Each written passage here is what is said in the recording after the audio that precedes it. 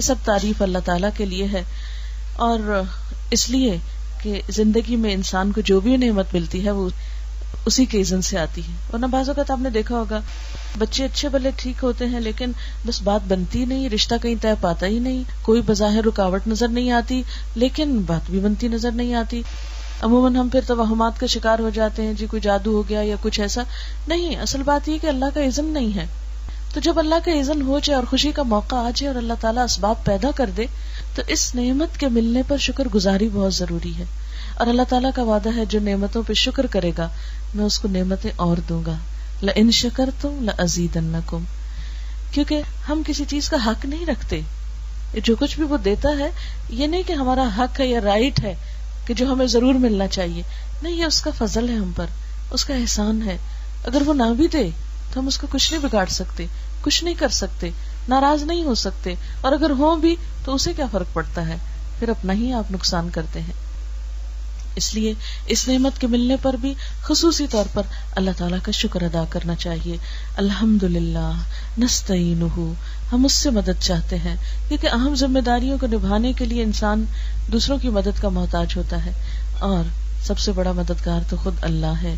انسان چھوٹی سے چھوٹی ضرورت پہ اور بڑی سے بڑی ضرورت پہ ہر موقع پہ اللہ تعالیٰ کی طرف رجوع کرے.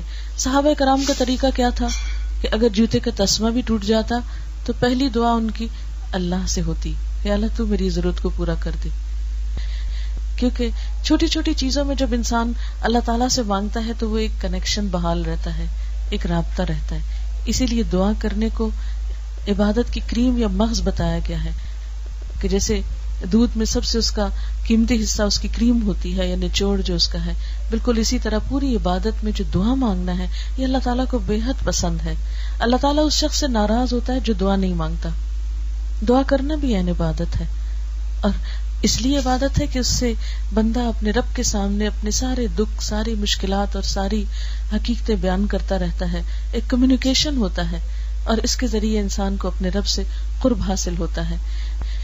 تو نستعینہ، اس موقع پر بھی جب دل میں کوئی پریشانی آئے، جب کوئی معاملہ مشکل نظر آنے لگے، فوراً اللہ سے رجوع کریں. نبی صلی اللہ علیہ وسلم جو کہ سارے انسانوں کے گائیڈ تھے، رہنما تھے، اللہ تعالیٰ کے رسول تھے، تمام پیغمبروں کے سردار تھے، لیکن آپ کا حال کیا تھا؟ اپنی چھوٹی چھوٹی ضروریات میں بھی اللہ تعالیٰ کی طرف رجوع کرتے. احادیث میں آتا ہے جب کوئی مشکل پیش آتی فوراً نماز کی طرف رجوع کرتے، کیونکہ اللہ تعالیٰ کا خود فرمان ہے وَاسْتَعِینُوا بِالصَّبْرِ وَالصَّلَاةِ، مدد مانگو صبر اور نماز سے. لیکن افسوس کے ساتھ یہ کہنا پڑتا ہے کہ جب شادی کی مصروفیات ہوتی ہیں یا تیاری کا وقت ہوتا ہے یا اور اسی طرح کے ہم بزی ہو جاتے ہیں تو ہماری نمازیں چھوٹنے لگتی ہیں یا ان میں غفلت کرنے لگتے ہیں یا جلدی جلدی مارے پڑھنے لگتے ہیں. تو یہ طریقہ درست نہیں ہے. دنیا کا اپنا حصہ ہے لیکن اللہ تعالیٰ کا اپنا حق ہے. ایک کا حق دیتے ہوئے دوسرے کا حق قربان نہیں کرنا چاہیے. بعض اوقات ہم حقوق اللہ کی ادائیگی اس لیے چھوڑ دیتے ہیں کہ ہم بندوں کے حق جو ادا کر رہے ہیں اپنے آپ کو تسلی دے دیتے ہیں کہ ہم بندوں کے لیے بہت کیئرنگ ہیں، کائنڈ ہیں، اس لیے کیا فرق پڑتا ہے کہ اگر ہم نماز نہ بھی پڑھیں. نہیں، آپ دیکھیے کہ جیسے بندوں میں بھی آپ اگر ماں باپ کا حق دے رہے ہیں تو آپ یہ نہیں کہہ سکتے چونکہ میں ماں باپ کے لیے بہت اچھا ہوں اس لیے اگر اولاد کو نہیں بھی پوچھا تو کوئی فرق نہیں پڑتا. آپ یہ نہیں کہہ سکتے. آپ یہ نہیں کر سکتے کہ آپ کہیں کہ میں یتیموں مسکینوں کا اتنا خیال رکھتا ہوں اس لیے اگر میں اپنے پڑوسی کو اگنور بھی کر دوں تو کوئی فرق نہیں پڑتا. نہیں، ہر ایک کا اپنا حق ہے، ہر ایک کا اپنا مقام ہے. اسی طرح اللہ تعالیٰ کا اپنا مقام ہے، اس کے اپنے حقوق ہیں، اس کی عبادات اپنی جگہ ہیں.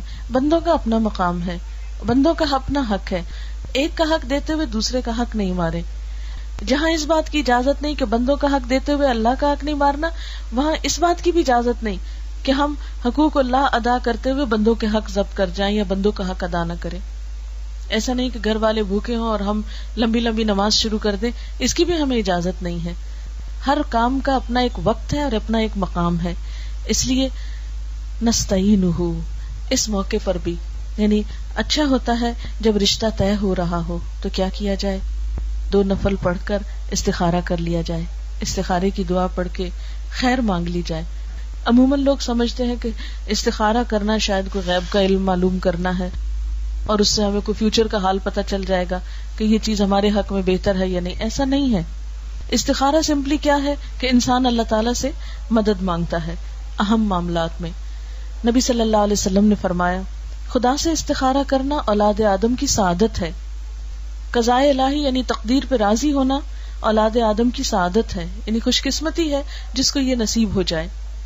اور اولاد آدم کی یعنی انسان کی بدبختی یہ ہے کہ وہ خدا سے استخارہ نہ کرے اور خدا کی قضا پہ ناخوش ہو. تو اس لیے رشتہ طے پائے تو استخارہ کر لیا جائے، اور اس کا طریقہ بہت سمپل ہے. 2 نفل پڑھ کے اللہ تعالیٰ سے دعا کر لی جائے. آپ صلی اللہ علیہ وسلم نے فرمایا استخارہ کرنے والا کبھی نامراد نہیں ہوتا اور مشورہ کرنے والا کبھی نادم نہیں ہوتا، یعنی اس کو کوئی پشیمانی نہیں ہوتی. اور آپ دیکھیں خاندانی زندگی کے امور بھی جب آپس کے مشورے سے طے پاتے ہیں تو آپس میں بھی ایک قرب اور کلوزنس کا احساس ہوتا ہے، آپس میں ایک دوسرے پر اعتماد بحال ہوتا ہے. شوہر بیوی کام کرتے ہوئے آپس میں مشورہ کریں، بچوں کو شریک مشورہ رکھیں، پھر بچوں کی اگر شادی ہو جائے تو ان بچوں کے جو ساتھی ہیں ان سے مشورہ کریں. یعنی اس سے خاندان میں باہم خوشیاں پیدا ہوتی ہیں، سب مل کر چلتے ہیں. انسان تنہا خوشی نہیں حاصل کر سکتا، انسان انسانوں سے انس پاتا ہے، خوشی حاصل کرتا ہے. ان سے بھی مشورہ کرنے کے ساتھ ساتھ اللہ تعالیٰ سے استخارہ کیا جائے. یعنی بندوں سے جس طرح مشورہ کیا جاتا ہے تو استخارہ اللہ تعالیٰ سے ایک طرح کا مشورہ ہے.